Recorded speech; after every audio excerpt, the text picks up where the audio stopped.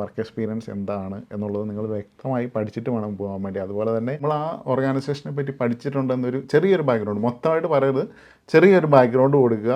Web പേജിൽ ചെന്നിട്ട് അതിൻ്റെ വാല്യൂസും അതിൻ്റെ മിഷൻ സ്റ്റേറ്റ്മെൻറ്റും ഒന്ന് പഠിച്ചു വെക്കുന്നത് നന്നായിരിക്കും. ഇതിലൊരു 4 ക്വസ്റ്റ്യനെങ്കിലും 99.9% നിങ്ങളോട് ചോദിച്ചിരിക്കുന്നു. എനിക്ക് നല്ല കോൺഫിഡൻ്റ് ആണ്.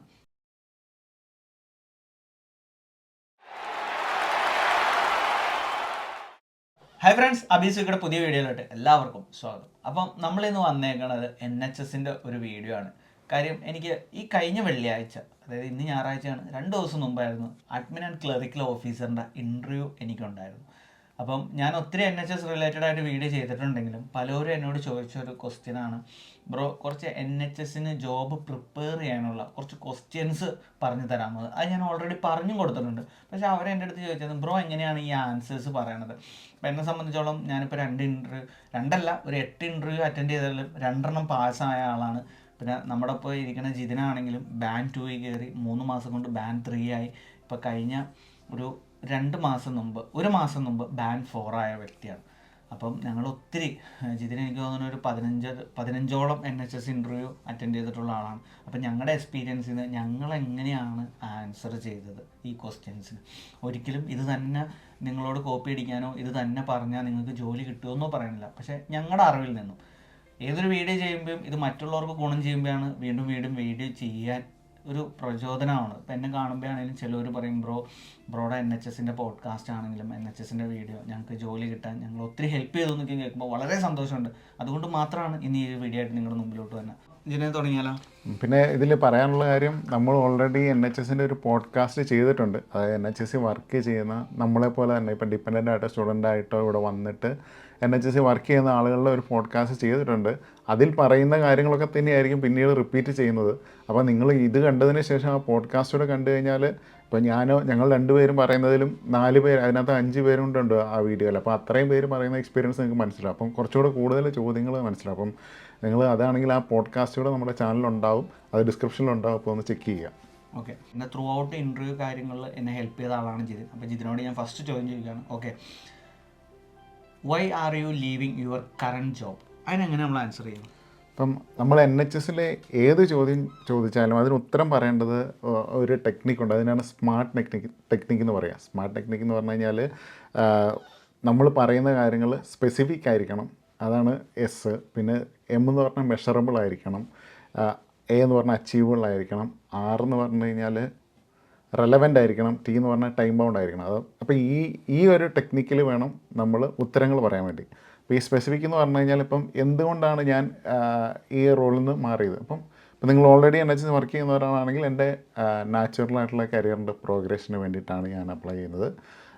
അപ്പോൾ ഞാൻ ഇത്ര കാലം വരെ ഇവിടെ വർക്ക് ചെയ്തു. അപ്പോൾ ഇനി എൻ്റെ അടുത്ത സ്റ്റെപ്പ് എന്നുള്ളത് ഈ ജോബിലോട്ട് കയറുക എന്നുള്ളത്. ഇനി നിങ്ങളൊരു ഫ്രഷർ ആണെന്നുണ്ടെങ്കിൽ നിങ്ങളുടെ ബാക്ക്ഗ്രൗണ്ട് പറയുക, ഞാൻ ഇന്ന കാര്യങ്ങളാണ് ചെയ്തുകൊണ്ടിരുന്നത്, ഞാൻ ഇന്ന കാര്യങ്ങളാണ് പഠിച്ചുകൊണ്ടിരുന്നത്, അപ്പോൾ ഇത്രയും ചെയ്ത് എനിക്ക് ഇത്ര എക്സ്പീരിയൻസ് ഉള്ളത് കൊണ്ടാണ് ഞാൻ ഈ റോളിലോട്ട് കയറുന്നത്. അപ്പോൾ സ്പെസിഫിക് ആയിരിക്കണം. പിന്നെ എന്നുള്ളത് മെഷറബിൾ ആയിരിക്കണം. അതായത് നിങ്ങൾ ഈ റോളിൽ വന്നു കഴിഞ്ഞാൽ നിങ്ങൾ ഇന്ന എഡ്യൂക്കേഷൻ എനിക്കുണ്ട്, അല്ലെങ്കിൽ ഇന്ന എക്സ്പീരിയൻസ് എനിക്കുണ്ട്, അല്ലെങ്കിൽ പ്രീവിയസ് റോളിൽ ഇന്ന എക്സ്പീരിയൻസ് ഉണ്ട്, അതുകൊണ്ടാണ് ഞാൻ ഇതിലോട്ട് അപ്ലൈ ചെയ്യുന്നത് എന്ന രീതിയിൽ പറയുക. പിന്നെ അച്ചീവബിൾ എന്ന് പറഞ്ഞു കഴിഞ്ഞാൽ നിങ്ങളൊരു റിയലിസ്റ്റിക് ആയിട്ട്, അതായത് ഉദാഹരണത്തിന് ഞാൻ ഇവിടെ ക്ലറിക്കൽ റോളിനാണ് അപ്ലൈ ചെയ്തത്, അപ്പം ഈ ഓർഗനൈസേഷനിൽ ക്ലറിക്കൽ റോളിൽ ചെയ്ത് കഴിഞ്ഞാൽ ഇന്ന ബെനിഫിറ്റ് ഉണ്ടായിരിക്കും. അതായത് നമ്മൾ ആ ഓർഗനൈസേഷനെ പറ്റി പഠിച്ചിട്ടുണ്ടെന്നൊരു ചെറിയൊരു ബാക്ക്ഗ്രൗണ്ട്, മൊത്തമായിട്ട് പറയരുത്, ചെറിയൊരു ബാക്ക്ഗ്രൗണ്ട് കൊടുക്കുക. പിന്നെ എന്തുകൊണ്ടാണെന്നുള്ളത്, ഞാൻ ഹെൽത്ത് കെയർ ഇൻഡസ്ട്രിയിൽ പാഷനേറ്റ് ആയ ഒരാളാണ്, എൻ്റെ കഴിഞ്ഞ എക്സ്പീരിയൻസ് വെച്ച് നോക്കുകയാണെങ്കിൽ ഇത്ര വർഷം എനിക്ക് ഇത്ര എക്സ്പീരിയൻസ് ഉണ്ട്, അങ്ങനെയുള്ള കാര്യങ്ങൾ പറയുക. പിന്നെ ആണെങ്കിൽ നമ്മളെപ്പോഴും ഒരു കഥ പോലെ പറയാൻ ശ്രമിക്കുക. അതായത് കഥ പോലെ പറയാൻ ശ്രമിക്കുക എന്ന് പറഞ്ഞാൽ, അങ്ങനെ പറയുമ്പോൾ നമുക്കൊരു കോൺഫിഡൻസ് ആണ്, നമ്മൾ പെട്ടെന്ന് മറന്നു പോകില്ല. ഇപ്പം ഞാൻ ഈ ഒരു ചോദ്യത്തിന് ഉത്തരം പറയുകയാണെങ്കിൽ, ഇപ്പം ഞാൻ ഇന്ന ഓർഗനൈസേഷനാണ് വർക്ക് ചെയ്തത്, അങ്ങനെ ചെയ്തുകൊണ്ടിരുന്നപ്പോഴാണ് ഞാനിവിടെ ഇന്ന റോൾ ചെയ്തത്, എനിക്ക് ഇന്ന എക്സ്പീരിയൻസ് ഉള്ളതായിട്ട് ഞാൻ എൻ്റെ ജോബ് ഡിസ്ക്രിപ്ഷനിൽ കണ്ടു, അതുകൊണ്ടാണ് ഞാൻ ഇതിന് അപ്ലൈ ചെയ്തത്, ഈ ജോബ് ഡിസ്ക്രിപ്ഷൻ പറയുന്നുള്ള ഇന്ന സ്കിൽസ് എനിക്കുണ്ട്. അപ്പോൾ അങ്ങനെ നമ്മൾ ഈ ഒറ്റ വാക്കിൽ പറയാതെ നമ്മളൊരു കഥ പോലെ പറയുകയാണെങ്കിൽ നമുക്ക് കുറച്ച് എളുപ്പമായിരിക്കും ഉത്തരം പറയാൻ വേണ്ടിയിട്ട്. ഇപ്പോൾ കഴിഞ്ഞ 1.5 വർഷമായിട്ട് ഞാൻ എൻ്റെ എല്ലാ ഇൻ്റർവ്യൂവിലും, ഇപ്പോൾ ഞാനാണെങ്കിലും എൻ്റെ വൈഫാണെങ്കിലും, ഞങ്ങൾക്ക് അറിയാവുന്നൊരു കാര്യം എന്ന് പറഞ്ഞാൽ സ്റ്റാർ മെത്തേഡായിരുന്നു. അതായത് സിറ്റുവേഷൻ, ടാസ്ക്, അനാലിസിസ്, റിസൾട്ട്. പക്ഷേ എന്താണ് ഈ സ്മാർട്ട് മെത്തേഡ്? ഇപ്പം ഞാൻ ആദ്യമേ ഇതിൻ്റെ തുടക്കത്തിൽ തന്നെ പറഞ്ഞ സ്മാർട്ട് മെത്തേഡ് എന്താണെന്നുള്ളത്. ഇപ്പം സ്മാർട്ട് മെത്തേഡ്, സ്റ്റാർ മെത്തേഡ് ഉപയോഗിച്ച് നിങ്ങൾക്ക് ഉത്തരങ്ങൾ പറയാം. അത് നിങ്ങളുടെ ചോദിക്കുന്ന ചോദ്യങ്ങൾക്കനുസരിച്ചാണ്. ഇപ്പോൾ ഒരു സിറ്റുവേഷൻ ബേസ്ഡാണ് ഒരു ചോദ്യങ്ങൾ. ഇപ്പോൾ ഒരു ഉദാഹരണത്തിന് നിങ്ങളോട് ഒരു പേഷ്യൻ്റ് റൂഡായിട്ട് ബിഹേവ് ചെയ്തു, അതൊരു സിറ്റുവേഷനാണ്, മനസ്സിലായോ? അപ്പോൾ അങ്ങനെ ഒരു സിറ്റുവേഷൻ ബേസിനാണ് ചോദ്യം വരുന്നതെങ്കിൽ നിങ്ങൾ സ്റ്റാർ മെത്തേഡ് യൂസ് ചെയ്യുക. അതായത് ഞാൻ എൻ്റെ പ്രീവിയസ് ഓർഗനൈസേഷനിൽ വർക്ക് ചെയ്തുകൊണ്ടിരുന്നപ്പോൾ ഇതേ ഒരു എക്സ്പീരിയൻസ് എനിക്കുണ്ടായി, അതാണ് സിറ്റുവേഷൻ. ഇനി നിങ്ങൾ എന്താണ് അതിനു വേണ്ടി ചെയ്തത്? അപ്പം പേഷ്യൻ്റ് എന്നോട് റൂഡായി ബിഹേവ് ചെയ്തപ്പോൾ ഞാൻ അദ്ദേഹത്തോട് എന്താണ് കാര്യം എന്ന് തിരക്കി, അദ്ദേഹത്തിൻ്റെ പ്രശ്നങ്ങൾ മനസ്സിലാക്കി, അതാണ് എന്തുകൊണ്ടാണത്, പിന്നെ അനാലിസ് ചെയ്തു ഈ സിറ്റുവേഷനിൽ നിങ്ങൾ എന്താണ് ചെയ്യാൻ പോകുന്നത്. ഞാൻ എൻ്റെ സീനിയർ മാനേജറോടോ അല്ലെങ്കിൽ ആ പേഷ്യൻറ്റിനോടോ പറഞ്ഞ് മനസ്സിലാക്കി ഇതുകൊണ്ടൊക്കെയാണ് നിങ്ങൾക്ക് പേഷ്യൻറ്റിനെ കാണാൻ ഡിലേ ഉണ്ടാകുന്നത്, അല്ലെങ്കിൽ ഡോക്ടേഴ്സിൻ്റെ ഒരു സ്ട്രൈക്ക് കാരണമാണ് നിങ്ങൾക്ക് ഡിലേ ഉണ്ടാകുന്നത്. ഞങ്ങൾ ഇതിനെ മേക്കപ്പ് ചെയ്യാൻ ഞങ്ങൾ നന്നായിട്ട് വർക്ക് ചെയ്യുന്നുണ്ട്, താങ്കൾ ഒന്ന് ക്ഷമിക്കുവാണെങ്കിൽ നമുക്ക് ഒന്നിച്ച് മുന്നേറാം എന്ന രീതിയിൽ പറയാം. അപ്പം അതിനുശേഷം പിന്നെ 6 ഇനി ഈ ഒരു സിറ്റുവേഷൻ വരാതിരിക്കാൻ നിങ്ങൾ എന്ത് ചെയ്തു, അതായത് നിങ്ങൾ പേഷ്യൻ്റ് ബിഹേവ് ചെയ്തു, ഇനി അങ്ങനെ ഒരു സിറ്റുവേഷൻ വരാതിരിക്കാൻ നിങ്ങൾ എന്ത് ചെയ്തു എന്നോട് ഉത്തരം പറയും. അപ്പം നിങ്ങൾ പറയുക, ഞാൻ എൻ്റെ സീനിയർ മാനേജറോട് ഇന്ന കാര്യങ്ങൾ പറഞ്ഞു. അപ്പം അവർ പറയായിരിക്കും ചിലപ്പം ഡോക്ടേഴ്സിൻ്റെ സ്ട്രൈക്ക് ഉണ്ടെങ്കിൽ ഇത്ര അപ്പോയിൻമെൻറ്റ്സ് വേണ്ട എന്ന് നോക്കുക, അല്ലെങ്കിൽ ഓൾറെഡി പേഷ്യൻറ്റിന് പറയുക ഇന്ന സ്ട്രൈക്ക് കാരണം ഇത്ര ഡിലേ ഉണ്ടാകും, അപ്പം നിങ്ങളത് എക്സ്പെക്റ്റ് ചെയ്ത് വേണം വരാൻ വേണ്ടിയിട്ട് എന്ന രീതിയിലൊരു പ്രോംപ്റ്റ് നേരത്തെ കൊടുക്കുക എന്ന രീതിയിൽ. അപ്പം നിങ്ങളോടൊരു സിറ്റുവേഷൻ ചോദിക്കുകയാണെങ്കിൽ ആ സിറ്റുവേഷൻ അനുസരിച്ചുള്ള ഉത്തരങ്ങൾ പറയുക. അപ്പം ഉദാഹരണത്തിന് അങ്ങനെ ഒരു ചോദ്യമാണ് വരുന്നതെങ്കിൽ അതിന് സ്റ്റാർ മെത്തേഡ് യൂസ് ചെയ്യുക. അല്ലെങ്കിൽ ഇപ്പം നേരത്തെ നമ്മൾ പറഞ്ഞ എല്ലാ മെത്തേഡും സ്മാർട്ട് രീതിയിലാണ്. അപ്പോൾ നിങ്ങൾ കൺഫ്യൂഷനൊന്നും വരുത്തണ്ട. നിങ്ങൾ മാക്സിമം ഇതാണ് സിമ്പിളുള്ള കാര്യം, നിങ്ങൾ ഇതിന് പ്രീവിയസ് എക്സ്പീരിയൻസിൽ ഇന്ന ഒരു കാര്യം ഉണ്ടായി എന്ന് പറഞ്ഞ ഒരു കഥ ഉണ്ടാക്കുക. അത് ഓട്ടോമാറ്റിക്കലി സ്മാർട്ടിലോ അല്ലെങ്കിൽ സ്റ്റാർട്ട് എന്ന് പറഞ്ഞ ഏതെങ്കിലും അതിലേതെങ്കിലും ഒന്നിൽ പെടും, തന്നെ കയറിക്കോളും. രണ്ടാമത് എന്നോട് ചോദിച്ച ചോദ്യം, why do you want to work in this organisation? അപ്പം ഈ ചോദ്യങ്ങളെല്ലാം അത്യാവശ്യം റിലേറ്റഡ് ആണ്. അപ്പോൾ നമ്മൾ ആദ്യത്തെ ചോദ്യത്തിൽ നമ്മൾ ജസ്റ്റ് ഒരു ഇൻട്രൊഡക്ഷനാണ് കൊടുക്കുന്നത്. അതായത് ഇന്ന ഓർഗനൈസേഷനിൽ എനിക്ക് ഇന്ന എക്സ്പീരിയൻസ് ഉണ്ടെന്ന് പറയുന്നത് പോലെ. അപ്പം ആ എക്സ്പീരിയൻസിൻ്റെ നമ്മൾ ഒരു ഇൻട്രൊഡക്ഷൻ അവിടെ കൊടുത്തപ്പോൾ ഇവിടെ ഇങ്ങോട്ട് വരുമ്പോൾ അത് ഇലാബറേറ്റ് ചെയ്യുക, എന്ന എക്സ്പീരിയൻസ് ആണ് എനിക്കുള്ളത്, ഞാൻ ഇത്ര വർഷം ഇന്ന ഹോസ്പിറ്റലിൽ ഇതിനു മുമ്പ് വർക്ക് ചെയ്തിട്ടുണ്ട്, അല്ലെങ്കിൽ ഇന്ന ഹെൽത്ത് സെക്ടറിൽ എനിക്ക് വർക്ക് ചെയ്തു. ഇനി നിങ്ങൾക്ക് ഹെൽത്ത് സെക്ടറിൽ നിങ്ങൾക്ക് എക്സ്പീരിയൻസ് ഇല്ല, അല്ലെങ്കിൽ നിങ്ങൾ ആ വർക്ക് ചെയ്യുന്ന ആ റോളുമായിട്ട് എന്ത് എക്സ്പീരിയൻസാണ് ഉള്ളത് എന്ന രീതിയിൽ നിങ്ങൾ പറയാം. അപ്പം ഇന്ന എക്സ്പീരിയൻസ് എനിക്കുണ്ട്, ഇന്ന സ്കിൽസ് എനിക്കുണ്ട്. അപ്പോൾ ഈ നിങ്ങളുടെ ഈ ജോബ് ഡിസ്ക്രിപ്ഷനിൽ പറയും ഇന്ന സ്കിൽസ് എനിക്കുള്ളതുകൊണ്ട് നിങ്ങളുടെ സ്കിൽ സെറ്റുമായിട്ട് എനിക്ക് ഈ ഓർഗനൈസേഷനോട്ട് ചേർന്ന് പോകുന്നതുകൊണ്ടാണ് ഞാൻ അപ്ലൈ ചെയ്തത്. പിന്നെ ഈ ഓർഗനൈസേഷൻ്റെ ഒരു ബാക്ക്ഗ്രൗണ്ട് പഠിക്കുക. അതായത് ഓർഗനൈസേഷന് ഇപ്പം നിങ്ങൾ ഏത് ട്രസ്റ്റിൽ അപ്ലൈ ചെയ്താലും ആ ട്രസ്റ്റിന് ഒരു വാല്യൂസ് ഉണ്ടാവും, ഒരു മിഷൻ ഉണ്ടാവും. അപ്പോൾ നിങ്ങൾ അതിൻ്റെ വാല്യൂസ് പഠിക്കുക. അതൊക്കെയാണ് മെയിനായിട്ട് വയ്ക്കുക. ചിലപ്പം വാല്യൂസിന് തന്നെ വേറൊരു ചോദ്യം ഉണ്ടായിരിക്കും, നിങ്ങൾ വാല്യൂസ് ജസ്റ്റ് ഒന്ന് പറഞ്ഞു പോകും. പക്ഷേ ഫീൽഡിനാണെങ്കിൽ പ്രൗഡ് വാല്യൂസ് ആണെന്ന് പറയും തോന്നുന്നു. അപ്പം പ്രൗഡ് വാല്യൂസിനെ പറ്റി ജസ്റ്റ് ഒന്ന് പറഞ്ഞു പോകും. അപ്പം ഈ പ്രൗഡ് വാല്യൂസിൽ ആയതുകൊണ്ട് ഈ ഓർഗനൈസേഷനിൽ എൻ്റെ പേഴ്സണൽ വാല്യൂ ആയിട്ട് റിലേറ്റ് ആയി പോകുന്നത് കൊണ്ട് ഞാനിതിന് അപ്ലൈ ചെയ്തു എന്ന രീതിയിൽ പറയാം. പിന്നെ അടുത്തൊരു ചോദ്യം എന്ന് പറഞ്ഞാൽ, where do you see you in next 5 years? ഇപ്പം അത് നിങ്ങളുടെ ഏത് റോളാണ് അപ്ലൈ ചെയ്യുന്നത്. ഇപ്പം ക്ലറിക്കൽ ഓഫീസറിലാണെങ്കിൽ ഇപ്പോൾ സീനിയർ ക്ലറിക്കൽ ഓഫീസർ ആവുക എന്ന രീതിയിലാണ്. അല്ലെങ്കിൽ നിങ്ങളിപ്പം എൻ്റെ റോൾ എന്ന് പറഞ്ഞു കഴിഞ്ഞാൽ ഞാൻ ബിസിനസ് സപ്പോർട്ടായിരുന്നു, അപ്പോൾ എൻ്റെ സീനിയർ പ്രൊജക്ട് സപ്പോർട്ട് ഓഫീസർ ആ രീതിയിലോട്ടാണ്. അപ്പോൾ അത് നിങ്ങൾ അപ്ലൈ ചെയ്യുന്ന ഏത് റോളാണോ അതിനെപ്പറ്റി, അതായത് അവരുദ്ദേശിക്കുന്നത് നിങ്ങൾ ഈ അപ്ലൈ ചെയ്യുന്ന ജോബ് ഡിസ്ക്രിപ്ഷൻ നിങ്ങൾ നന്നായി പഠിച്ചെന്നും ഇനി എന്താണ് നിങ്ങളുടെ കരിയർ പ്രോഗ്രഷൻ നിങ്ങൾക്ക് വ്യക്തമായൊരു ധാരണയുണ്ടോ ഇല്ലയോ എന്നുള്ളതാണ് ആ ചോദ്യത്തിൽ ചോദിക്കുന്നത്. അതായത് നമ്മൾ ആ ജോബ് ഡിസ്ക്രിപ്ഷൻ നന്നായിട്ട് പഠിക്കുമ്പോൾ തന്നെ നമുക്ക് മനസ്സിലാവും ഈ ഡിപ്പാർട്ട്മെൻറ്റിലാണ് ഞാൻ വർക്ക് ചെയ്യുന്നത്, ഈ ഡിപ്പാർട്ട്മെൻറ്റ് ഇന്ന ജോലികളാണ് ഞാൻ ചെയ്യുന്നത്, അപ്പോൾ എൻ്റെ മാനേജറിൻ്റെ പോസ്റ്റ് ഏതാണോ ആ ഒരു രീതിയിലോട്ട് നമ്മൾ കാണുക. അവരെ ആ ഒരു ചോദ്യം കൊണ്ട് ഉദ്ദേശിക്കുന്നത് നിങ്ങൾ ചിലപ്പം CEO ആവും അങ്ങനെയല്ല ഉദ്ദേശിക്കുന്നത്, നിങ്ങൾക്ക് ആ ജോബ് ഡിസ്ക്രിപ്ഷനോ അല്ലെങ്കിൽ എന്നെ ജോബാണ് ചെയ്യാൻ പോകുന്നത് എന്നുള്ളൊരു വ്യക്തമായ ധാരണ നിങ്ങൾക്കുണ്ട് എന്നുള്ളതാണ് ആ ചോദ്യം കൊണ്ട് ഉദ്ദേശിക്കുന്നത്. അടുത്ത ചോദ്യം എന്നോട് ചോദിച്ചത്, can you elaborate your CV?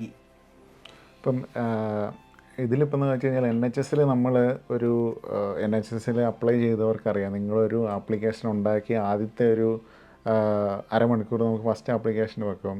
പിന്നെ സെക്കൻഡ് ആപ്ലിക്കേഷൻ മുതൽ നിങ്ങൾ പ്രീവിയസ്ലി വെച്ച ഡീറ്റെയിൽസ് നമുക്ക് അടുത്ത റോളിലോട്ട് എടുക്കാൻ പറ്റും. അതായത് നിങ്ങൾ ആ ഓട്ടോ ഫില്ലാവും ഡീറ്റെയിൽസ്.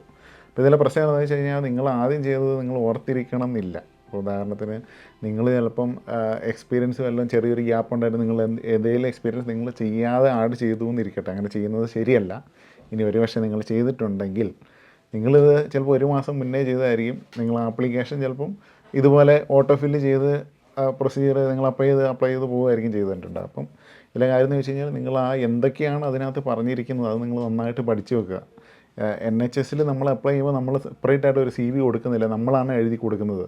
ഇന്ന വർഷം മുതൽ ഇന്ന വർഷം വരെ ഞാൻ ഇവിടെയാണ് വർക്ക് ചെയ്തത്, ഇന്ന കാര്യങ്ങളാണ് ഞാൻ ചെയ്തതെന്ന് അവർ അതിനകത്ത് പറയുകയാണ്. അത് തന്നെ ഓട്ടോമാറ്റിക്കലി റിക്രൂട്ടറിന് ഒരു CV പോലെ കിട്ടുകയാണ് ചെയ്യുന്നത്. അപ്പം നിങ്ങൾ അതിനകത്ത് എന്തൊക്കെയാണോ പറഞ്ഞിരിക്കുന്നത് അത് വ്യക്തമായി പഠിക്കുക. എന്താണ് നിങ്ങളുടെ എക്സ്പീരിയൻസ്, നിങ്ങളുടെ വർക്ക് എക്സ്പീരിയൻസ് എന്താണ് എന്നുള്ളത് നിങ്ങൾ വ്യക്തമായി പഠിച്ചിട്ട് വേണം പോകാൻ വേണ്ടി. അതുപോലെ തന്നെ നിങ്ങൾക്ക് ഒരു ഗ്യാപ്പുണ്ട് കരിയറിൽ, എന്തുകൊണ്ടാണ് കരിയർ ഗ്യാപ്പ് ഉണ്ടായെന്ന് വ്യക്തമായ ഒരു ഡീറ്റെയിൽസ് നിങ്ങൾ ഉത്തരം അവർക്ക് പറഞ്ഞു കൊടുത്തിരിക്കണം. വെറുതെ ഇരുന്നു എന്ന് പറയാതെ ആ സമയത്ത് നിങ്ങൾ എന്തെങ്കിലുമൊക്കെ ചെയ്തു എന്ന രീതിയിൽ നിങ്ങൾ പറയുക. അതിന് വേണ്ടിയിട്ടാണ് can you elaborate your CV എന്നുള്ളത് ചോദിക്കുന്നത്. അതായത് നിങ്ങൾക്ക് എന്തൊക്കെ എക്സ്പീരിയൻസ് ഉണ്ട്, നിങ്ങൾ ഈ ജോബിന് അപ്ലൈ ചെയ്യുന്നതിന് മുമ്പേ നിങ്ങൾ എന്ത് ജോലി എടുത്തത് കൊണ്ടാണ് നിങ്ങൾ ഇതിന് അപ്ലൈ ചെയ്തത്, ആ കാര്യങ്ങളൊക്കെയാണ് അവരത് ഉദ്ദേശിക്കുന്നത്. അപ്പം can you elaborate your CV എന്ന് പറഞ്ഞാൽ നിങ്ങൾ NHS ജോബിന് അപ്ലൈ ചെയ്യുമ്പം നിങ്ങൾ എന്തൊക്കെയാണ് കൊടുത്തിരിക്കുന്നത് അതിനെപ്പറ്റി വ്യക്തമായി പഠിച്ചു വെച്ചിരിക്കണം. പിന്നെ സപ്പോർട്ടിങ് ഇൻഫർമേഷൻ നിങ്ങൾ എന്തൊക്കെ കാര്യങ്ങൾ പറയുന്നുണ്ടോ അതും വ്യക്തമായി പഠിച്ചിരിക്കണം. ആ കാര്യങ്ങളൊക്കെ ആയിരിക്കണം ഈ സമയത്ത് പറയേണ്ടത്. അല്ലാണ്ട് നിങ്ങളുടെ CVയുമായി ബന്ധപ്പെട്ട് ഒരു ഉദാഹരണത്തിന് ഞാൻ 2022 മുതൽ 2021 വരെ ഇന്ന കമ്പനിയിൽ ഞാൻ വർക്ക് ചെയ്തു എന്ന് നിങ്ങൾ ആപ്ലിക്കേഷൻ വെച്ചപ്പോൾ പറഞ്ഞു.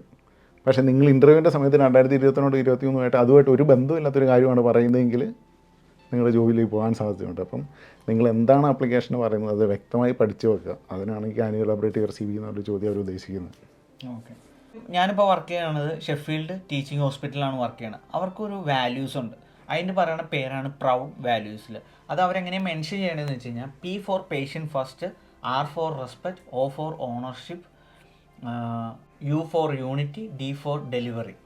അപ്പോൾ അവരെന്നോട് ചോദിച്ചത് എന്താണെന്ന് വെച്ച് കഴിഞ്ഞാൽ ഈ പ്രൗഡ് വാല്യൂസിൽ ആറിന്, അതായത് R ഫോർ റെസ്പെക്റ്റ്, അതിനെ നിങ്ങൾ എങ്ങനെ നോക്കിക്കാണുന്നു, അതായിരുന്നു എന്നോട് ചോദിച്ച ഒരു ചോദ്യം. അത് ചിലപ്പോൾ നിങ്ങളോട് Pനെ എങ്ങനെ നോക്കിക്കാണുന്നു അല്ലെങ്കിൽ Uനെ എങ്ങനെ നോക്കിക്കാണുന്നു എന്ന് ചോദിക്കാം. എന്നോട് ചോദിച്ചാൽ R റെസ്പെക്റ്റ് എങ്ങനെ നിങ്ങൾ മറ്റുള്ളവരെ ചെയ്യും.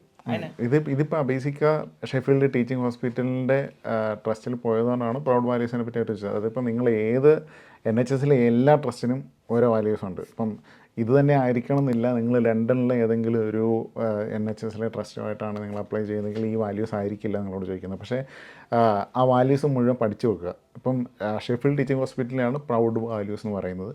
പക്ഷേ അത് വേറൊരു ട്രസ്റ്റിലോട്ട് വരുമ്പോൾ ആ വാല്യൂസ് വേറെ ആയിരിക്കും. അപ്പോൾ അതേതാണെന്ന് വെച്ചാൽ അത് നിങ്ങൾ പഠിച്ചിരിക്കണം. അതുമായിട്ട് റിലേറ്റഡ് ആയിട്ടുള്ള എന്തെങ്കിലും ഒരു ചോദ്യം ചോദിക്കും. ഒന്നെങ്കിൽ എന്താണ് വാല്യൂസ്, എന്താണ് ആ ഹോസ്പിറ്റലിൻ്റെ വാല്യൂസ് എന്താണെന്നായിരിക്കും, അല്ലെങ്കിൽ മിഷൻ എന്താണെന്നായിരിക്കും ചോദിക്കുന്നത്. അല്ലെങ്കിൽ അവർ ആ വാല്യൂസ് പറയും. എന്നിട്ട് ഈ വാല്യൂസിൽ ഇപ്പോൾ ബേസിക്കോട് ചോദിച്ചാൽ എന്താണ് R, അല്ലെങ്കിൽ റെസ്പെക്റ്റിനെ പറ്റി എന്താണ് ചെയ്യുന്നത് എന്നുള്ളൊരു ചോദ്യം ചോദിക്കുമായിരിക്കും. പ്രൗഡിൻ്റെ പേഷ്യൻ്റ് ഫസ്റ്റിനെ പറ്റിയാണെങ്കിൽ അല്ലെങ്കിൽ റെസ്പെക്റ്റിന് അതെന്താണെന്ന് ശരിക്കും വ്യക്തമായി ആ ട്രസ്റ്റിൻ്റെ വെബ് പേജിലുണ്ടാവും. ഇപ്പോൾ പേഷ്യൻ്റ് ഫസ്റ്റ് എന്ന് ജസ്റ്റ് എഴുതുമല്ല, എന്താണ് പേഷ്യൻ്റ് ഫസ്റ്റ് എന്ന് അവർ വ്യക്തമായ ഡിസ്ക്രിപ്ഷൻ ഉണ്ടാവും. അപ്പോൾ അതെന്താണെന്ന് വായിച്ച് മനസ്സിലാക്കി കഴിഞ്ഞാൽ എങ്ങനെയാണ് ഉത്തരം പറയണമെന്ന് നമുക്ക് മനസ്സിലാവും.